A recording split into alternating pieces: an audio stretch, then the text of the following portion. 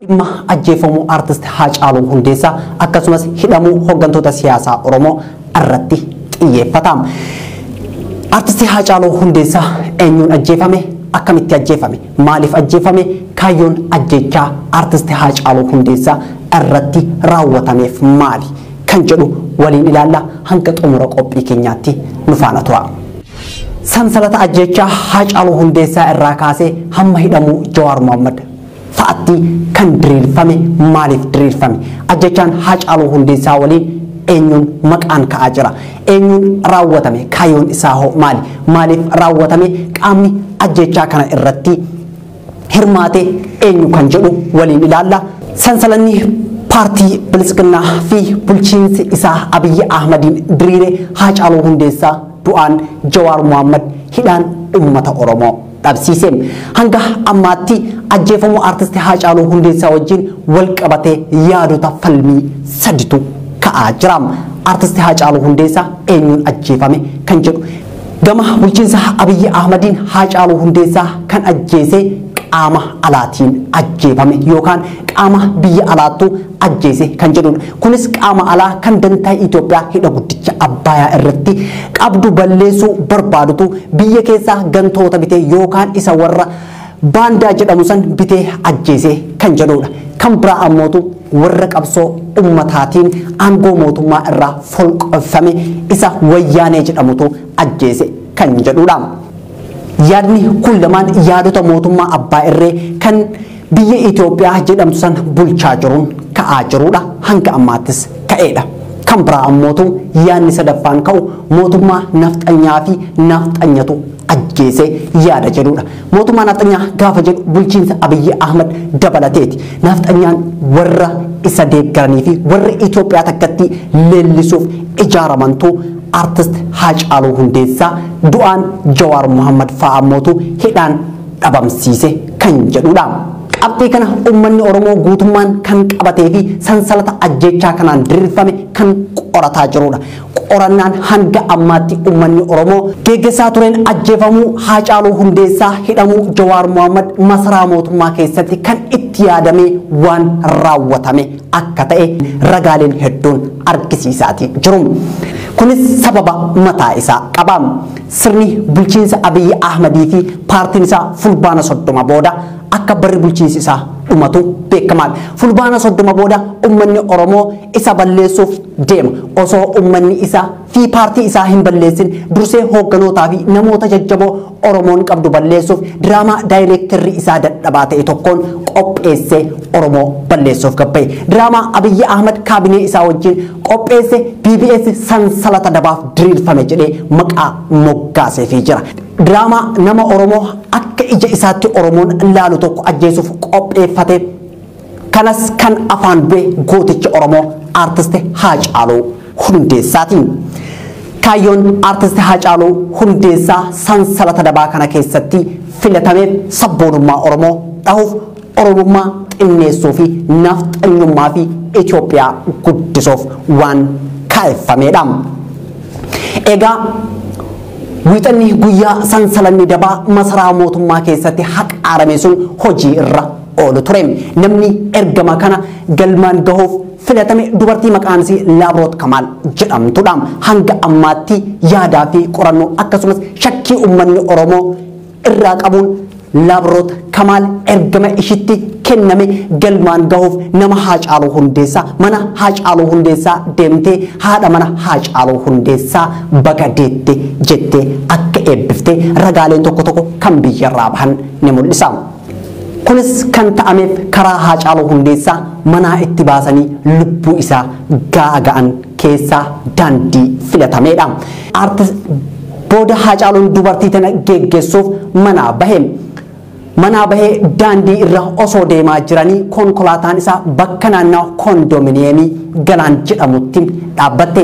Maaliif akka dhaabbatte wanti beekamu hin jiru. Yookaan bakka Laabroot ergama ishii yookaan ammootu mootummaan Itoophiyaa bakka ergama isaa yookaan ammoo diraamaa isaa kan qopheesse takka akka jedhee itti jalqabuuf yookaan immoo lubbuu artistii Haacaaluu Hundeessaa itti galaafachuuf iddoo qopheeffate kana ta'uu mala bakka konkolaataan dhaabbate kanatti xumura itti godhuuf konkolaatichi akka dhaabbateedha shakkii fi wantoonni waan kana argisiisan kan bahaa jiran akka mul'isutti Haacaaluun bakka kanatti rasaasan gama mirgaa irraan dhahame wanti asirratti beekamuu qabu konkolaachisaan Itoophiyaatti gama bitaatiin ta'a namni kun ammoo gama mirgaatiin ta'a kunis akka dhahamuu isaa irraa argamutti takkii dubartii Laamroot Kamaal jedhamtu tanatu artistii Haacaaluu Hundeessaa rasaasaan dhahe yookaan ammoo qaama akka artistii Haacaaluu Hundeessaa achi dhufuuf intala tana ajajetu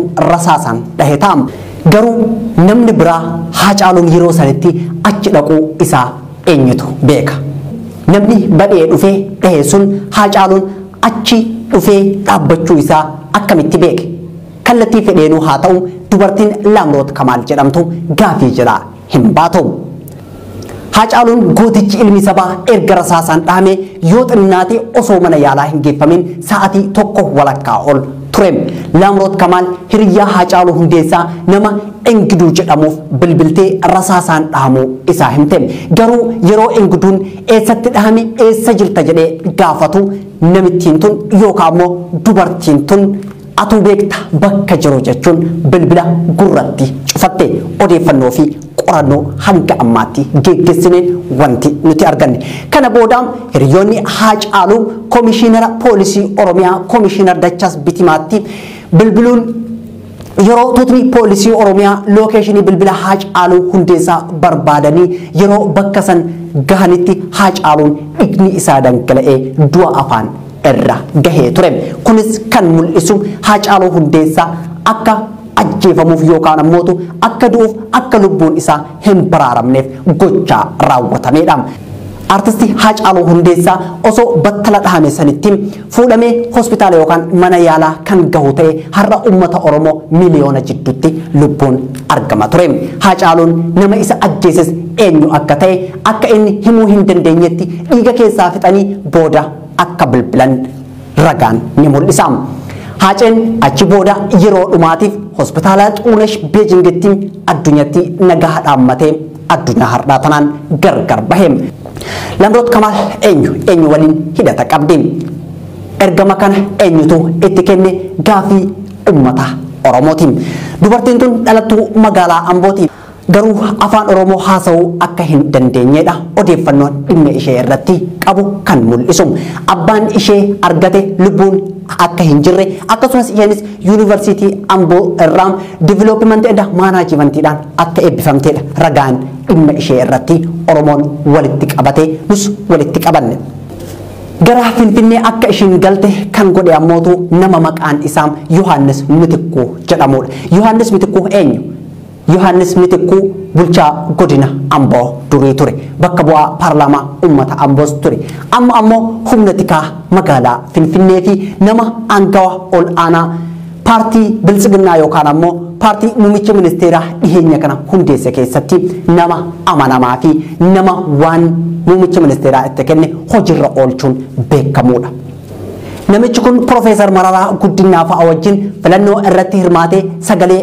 paartii Profeesar Mararaa Guddinaa fa'a hatuun TPLF nama kennaa turedha wantoonni badooma isaa eeran baay'eetu jira yeroo ammaa kana Yohaannis Mitikkuu haadha Laamroot wajjin walitti dhufeenya akka qabuudha kan qoranne namni kun ajjeefamuu artistii Haacaaluu Hundeessaatiif nama haala mijeesse yoo ta'u yeroo bakka ajjeechaa poolisoonni Oromiyaa dhaqqabanitti Laamroot to'achuuf yeroo jedhanitti akka ishiin hin to'atamne kan godhe qaama poolisii magaalaa Finfinnee kan achi ture kan ajaja Yohaannis Mitikkuu irraa fudhateedha hanga aduu har'aatti bakka Laamroot buute namni beeku hin jiru waamamtes hin gaafatamne kunis ergamni ajjeechaa gooticha Oromoo artist Haacaaluu Hundeessaa irratti ifatti kan labsame akka inni addunyaa tanarraa badu kan taasifamedha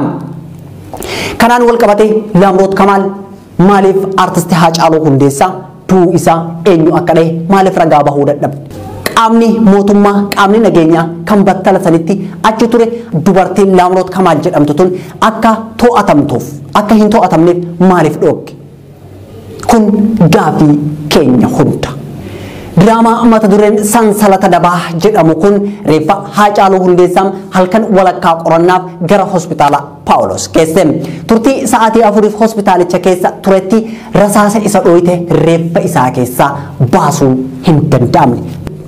Akkaataa diraamaa hojjetanii gad bahansaniin xiyyiitiin reeffa isaa keessa jirtu sun yoo kan reeffa isaa keessaa baatu kan ta'u taate eenyu akka dhee irra gahuun akka danda'amu waan beekaniif reeffa isaa keessaa xiyyiitii san baasuu hin barbaanne warri artistii Haacaaluu Hundeessaa du'aan uummata Oromoo dhabsiise. Ergamni itti aanu kan Yohaannis Mitikkuuti. Itti gaafatamaan humna tikaa magaalaa Finfinnee kun magaalaan Finfinnee dhimma kanaan wal qabatee akka hin to'atamneef atantamaan reeffa Haacaaluu Hundeessaa magaalaa Finfinnee keessaa baasuudha ture. Dachiin bariitee osoo sa'aatii 12 hin gahin reeffi hospitaalaa bahee gara Amboo qajeele. Yeroo kana ture Jawaar Muhammad, Baqqalaa Garbaa, Hamzaa Booranaa fa'a reeffa wajjin gara Ambootti kan qajeelan. Hubadhu yaa Oromoo asirratti ammas ejjennoon yookaan ammoo diraamaan warri kun dalagee gad bahee akka hin gufanneef kan qajeelfamni garaagaraa darbaatii ture. Akkasumas ammootu Jawaar Muhammad akka to'atamuuf kan kallattiin kaa'amaa ture. Garuu osoo isaan hin fagaatin Jawaariin fa'a ajajni Finfinnee keessatti to'achuu darbe. Jawaar Muhammad uummata keessatti to'achuuf haalli hin mijjatu ture. Kana milkeessuuf reeffa of duuba deebisitu filatame. Iddoo kana akka taphataniif namoonni filataman ammoo Takkalaa Uumaatii fi pirezidaantii mootummaa naannoo Oromiyaa Shimallis Abdiisaattuu filatame. Itti gaafatamaa fi gahee qabaniin reeffa san gara duubaatti deebisanii akka Finfinnee keessatti haa awwaalamu jechuun tapha san akka taphatan qaamni isaanii ol jiru ajaje. Isaanis bilbiluun reeffi Finfinneetti akka awwaalamu deebisaa jedhanii gaafatan. Uummannis gammachuun fudhatee of duuba deebi'e. Karaa irratti reeffi mana Jawaar yookaan manuma Haacaaluu akka qubsiifamu walii galameeti ture. Giddumaan haala hin beekamneen reeffi Haacaaluu Hundeessaa waajjira PP kan galma giddugala aadaa Oromoo cinaa jiru seene. Akkamitti akka seene, maaliif akka seene, akkamitti akka butame uummannis hin beekne. Garuu ammoo wantichi diraamaa ta'uu isaati yookaan ammoo karaa Jawaar Muhammad fa'a ittiin to'atanii uummata Oromoo irraa ittiin gaadi'an ta'uu isaati. Jawaariin fa'aas akka galma giddugala aadaa Oromootti dhufan godhame. Kunis haala geggeessaa Haacaaluu Hundeessaa irratti mari'annaa koottaa jedhanii yaamanii. Kan waamaniif mariif osoo hin taane to'annaa jala oolchaniin diraamaa isaanii injifannoodhaan goolabuufi. Yeroo kana reeffi Haacaaluu waajjira PP galma giddugala aadaa Oromoo cinaa jiru jira. Jawaar, Baqqalaa, Hamzaa Booranaa fi qeerroon muraasni konkolaataan galma giddugala aadaa Oromoo yeroo gahanitti eegdonni Jawaaris namni 8 hidhannoo guutuu wajjin Jawaariin faana achi gahe. Yeroo kana hunduu mootummaan Haacaaluun Finfinneetti awwaaluuf murteessuu isaatti gammadanii turan. Yeroo kana Jawaariin fa'a gara iddoo giddugala aadaa Oromoo karaa VIPtiin akka seenan itti himame. Ammas Jawaar fa'a sansalata isaan nyaachuuf diriirfame irra jiraachuu isaanii hin beekne ta'a yookaan ammoo beekanii wanti dhufe haa dhufu jedhanii kan itti seenan ta'a. Wanti beekamu hin jiru. Sirna geggeessaa gooticha sabaa artistii Haacaaluu Hundeessaa irratti mari'achuuf akkuma ajajameen karaa VIPtiin gara dallawa galma giddugala aadaa Oromoo seenanii akka Jawaar fa'a yaadanitti sirni geggeessaa gootichaatiif galma giddugala aadaa Oromootti mari'atamuu hedaadha.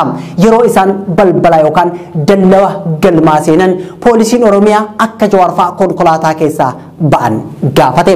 Eegdonni Jawaar akka hiikkataniif poolisiin Jawaariin hiikkachiisi jedhanii akka itti himan odeeffannoon yookaan ammoo iccitiileen achirraa dhufan hedduun isaanii ni mul'isu. Jawaaris akkuma poolisoonni itti himaniin akka isaan hiikkatan eegdota isaa ajaje. Erga eegdonni Jawaar hiikkatanii booda poolisiin Oromiyaa namoota isa wajjin jiran Baqqalaa Garbaa maatii isaa dabalatee namoota 35 to'annaa jala oolfamuu itti hime. Garuu poolisiin Oromiyaa ajajatu itti kenname malee Jawaariin fa'a to'annaa jala oolchuu hin barbaadu ture. Kunis kan mul'isu Jawaariin fa'a sababa maaliitiif isaan to'annaa wanti isaan balleessan maali jedhanii wal mormaa turuu isaaniiti. Akkuma nama kamittuu sirna awwaalchaa gooticha ilma Hundeessaa Boonsaa irratti hirmaachuu dhufe sababa kanaan poolisiin qaama gubbaa irraa isaan ajaje mormaatii turani. Yeroo poolisiin Oromiyaa Jawaariin hidhuun sirrii miti jettee qaama isaan ajaje falmuu eegaltu Kolonel Abiyyi Ahmad poolisii federaalaa ajajuun Lagahar bakka galmi giddugala aadaa Oromootti argamutti qajeelche. Poolisiin ajaja Abiyyiitiin dhufe kun waan nama argisiistu irraa mul'ata. Jawaar Muhammad lubbuun qabanii yoo dadhaban ammoo galaafatanii deebi'uudha. Wal mormiin poolisii diktaatara Abiyyii fi poolisii Oromiyaa jidduu tureen dhukaasni banamee poolisiin Oromiyaa tokko lubbuun yoo darbu kaayyoon dhukaasaa poolisii federaalaa Jawaar Muhammad wal jijjiiraa dhukaasaa keessatti galaafachuu ture. Yeroo kana Jawaar qarootummaa isaatiin fayyadamuun haalli deemaa jiru waan fokkisaa ta'eef Baqqalaa Garbaa wajjin jidduu seenuun dhukaasa dhaabsee ofii isaatiif dabarsee poolisii federaalaa kan Abiyyi ergeef of laate. Yeroo kana marsaan hawaasummaa fi uummanni Oromoo hundi Jawaar fa'a marfamuu dhagahem. Garuu yeroo san poolisiin federaalaa Jawaariin eegdota Jawaar Baqqalaa Garbaa fi maatii Baqqalaa Garbaa Hamzaa Booranaa fi namoota biroo to'atuun iddoo garaagaraatti hidhee ture. Wayita kana reeffi Haacaaluu Hundeessaa karaa duubaatiin dho'isaan bahee helikoophteraan fudhamee Gudar bakka faabrikaa xiyyiitiin itti oomishamu san biratti buusuun achi booda ammoo konkolaataan fudhamee Amboo geeffame. Karaa biraatiinis ta'uu danda'a reeffi Haacaaluu Hundeessaa walumaa galatti fuudhamee Amboo geeffame. Ergamni biraa kan itti aanu akka uummanni guutummaa biyya sanii keessatti odeeffannoo hin arganneef intarneeta ugguruu OMN cufuu ture. Kunis battala sanitti raawwate. Gaazexeessitoota mana hidhaatti guure. Wanti Wallaggatti ta'u, kan Arsitti ta'u, kan Baaleetti ta'u, kan Shawaa Jimma Walloo Kamiseetti Harargetti ta'u akka hin beekamneef gochi intarneetaa fi OMN cufuu kun raawwatame. Ammas diraamaan hin dhaabbanne.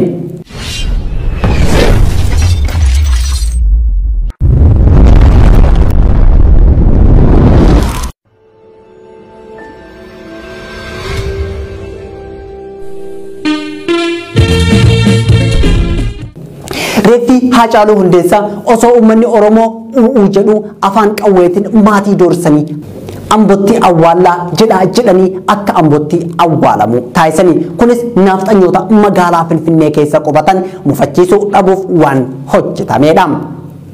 Awwaalcha isaa booda Kolonel Abiyyi Ahmad reenjarii waraanaa godhachuudhaan dhaadatatii oole. Kunis gammachuu diraamaa hojjetamee injifannoon xumuruu isaanii argisiisuudhaafi. Jechoota yeroo san Kolonel Abiyyi Ahmad fayyadamaa ture keessaa warra FB'n qabsaa'aa turee fi qabsoo isaanis to'annee jirra jechuun dhaadatatii ture. Shimallis Abdiisaa TV Oromiyaa irratti shanetu ajjeesee jedhee lallabaatii ture. Kaansarii shanee yeroon itti balleessinu amma jedhe. Kunis abbaa irrummaa isaanii daran cimsatanii Itoophiyaa Minilik ijaaruuf waan itti deemaa jiran argisiisuudhaafi. Diraamaa kana keessatti gahee guddaa namni taphataa ture akka uummanni Oromoo shakkutti Kolonel Abiyyi Ahmad, Takkalaa Uumaa, Shimallis Abdiisaa, Yohaannis Butikkuu fi nafxanyoota masaraa kiiloo 4 guutteedha. Iskiriptii diraamaa kanaa kan barreesse Daani'eel Kibrat yookaan ammootu nama biraa ta'uu danda'a. Sababbiin isaa yeroo baay'ee irra deddeebiin kan Oromoo arrabsiisaa ture nama Daani'eel Kibrat jedhamu kana akka ta'e wal nama hin gaafachiisu. Kan biraa humni tikaa magaalaa Finfinnee Yohaannis Butikkuu kun akka Haacaaluun wareegame kaasee hamma gaafa inni awwaalamutti maatii Haacaaluu Hundeessaa irraa adda hin baane. Kunis akka maatiin kun uummata Oromoo wajjin wal argee waa'ee awwaalcha ilma isaanii irratti hin mari'anneef waan godhamedha. Adeemsi sansalata dabaa kun hundi waan itti yaadamee raawwatameedha. Kunis sababoota mataa isaa qaba. Sansalata dabaa diriirfame kana irraa kan fayyadamu tokko bulchiinsa Koloneel Abiyyi Ahmadiin. Bulchiinsi isaa akkuma duratti kaafne fulbaana 30 booda aangoo heerummaa hin qabu. Osoo uummanni mormu alseerummaan aangoo mootummaa dhuunfateen kanas Jawaar Mohaammed dabalateen uummanni Oromoo guutuun falmaati ture. Namoota aangoo isaa kana morman hundaa du'aa fi hidhaan adabee aangoo isaa irra turuuf gochaa hojjataa turedha. Kan biraa ammoo artisti Haacaaluu Hundeessaa yeroo lubbuun jirutti masaratti yaamamee akka muummicha ministeeraa wajjin mari'ateen odeeffannoo yookaan iccitiin bahaa jiru ni argisiisa. Yeroo sanittis muummichi ministeeraa marii daqiiqaa 10 artisti Haacaaluu Hundeessaa wajjin taasiseen waggoota 10 dhufan kana kan bulchu ana kanaaf bulchiinsa kiyya hin mormin yoon didde waan sitti argisiisu jira akka inni jedhe iccitiin achi keessaa bahuu ni argisiisa. Kunis kan raawwatameef waan artisti Haacaaluu Hundeessaa sirna isaa mormaa tureef diraamaa kana keessatti isa galaafachuu filatanii. Warra Itoophiyaa ijaaruu barbaadu, warra biyya san balleessuu barbaaduu fi warra siidaa Minilik akka hin buqqaane barbaadu ajjechaan artisti Haacaaluu Hundeessaa irratti raawwatame kun isaaniif bu'aa olaanaa argamsiisa. Kan biraa ammoo warra sabboonummaa Oromoo arguu fi dhaga'uu hin feene kanneen akka Abiyyi Ahmad fa'a ajjeefamuun artisti Haacaaluu Hundeessaa bu'aa guddaa qabaafi. Warri kun ajjeefamuun Haacaaluu isaaniif hara galfiidha, boqonnaadha. Haacaaluun ajjeefamuun kaayyoo isaanii tan Minilik ijaaruu keessatti shora qabam. Haacaaluun uummata Oromootiif mallattoo biyyaalessaa akka ta'ee fi wallee isaatiin uummanni akka dammaqu waan beekaniif bakka san jaamsanii kaayyoo isaanii tarkaanfachiisuuf waan hojjetanidha. Kanas ta'e sana artisti Haacaaluu Hundeessaa lubbuun isaa dabarteen har'aam Jawaar Mohaammed, Baqqalaa Garbaa, Hamzaa Booranaa akkasumas hooggantoota adda bilisummaa Oromoo fi qeerroon hedduun mana hidhaa bulchiinsa Abiyyi Ahmad jalatti hidhamanii dararamaati jiru. Uummanni Oromoo kutaalee Oromiyaa hunda keessatti guyyaa gara guyyaatti raayyaa ittisa biyyaa humna addaa poolisii Oromiyaa dhiheenya eebbifamanii bahan kan afaan halagaa qofa dubbatan isaan uummata Oromootti bobbaafamanii halkanii guyyaan uummanni Oromoo wareegamaatii jira, hidhamaa jira, akkasumas reebamaa jira, qaamni isaas hir'ataatii jira. Kunis ta'ee jedhamee waan mootummaa biyya bulchaa jiru kanaan raawwatameedha. Yeroo ammaa kana bulchiinsi Dr. Abiyyi Ahmad Itoophiyaa keessatti olaantummaa abbaa irrummaa isaa mul'isuudhaan hanga maal fiddan maal taatan jechuutti nama gaheedha. Artisti Haacaaluu Hundeessaa Finfinnee keessatti akka hin awwaalamneef nama ifaan ifatti baaseedha. Kunis akkuma duratti jenne magaalaa Finfinnee akka uummanni Oromoo hin to'anneef, akka uummanni Oromoo eenyummaa isaa magaalaa Finfinnee keessatti hin argisiifnee fi nama jaalatuu fi mallattoo qabsoo isaa kan ta'e artisti Haacaaluu Hundeessaa Finfinnee keessatti akka hin awwaalleef gochaa raawwatameedha. Kanas ta'e sana mootummaan Itoophiyaa artisti Haacaaluu Hundeessaa ajjeesee har'a hooggantoota siyaasaa Oromoo mana hidhaa keessatti adabee jira.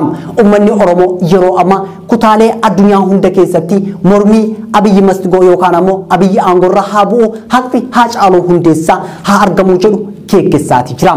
Garuu diraamaa ajjeefamuu artisti Haacaaluu Hundeessaa irratti raawwatame kana mootummaanis ta'e qaamni biraa bal'inaan irraa dubbataa hin jiru. Keessaayyuu dubartiin Laamroot Kamaal jedhamtu tuni akkaataa itti artisti Haacaaluu Hundeessaa ajjeefame nama itti dhiheenyaan beekamudha. Mootummaan Itoophiyaa yoo isin kan bilisa taatu taate yookaan diraamaa kana keessatti kan hin hirmaanne kan ta'u taate maaliif qorachuu dhabe? Maaliif dhiyeessuu dhabe? Maaliif ragaa baasisuu dhabe? Kun gaafii uummata Oromoo hundaati. Kanas ta'e sana artisti Haacaaluu Hundeessaa wareegamee jira.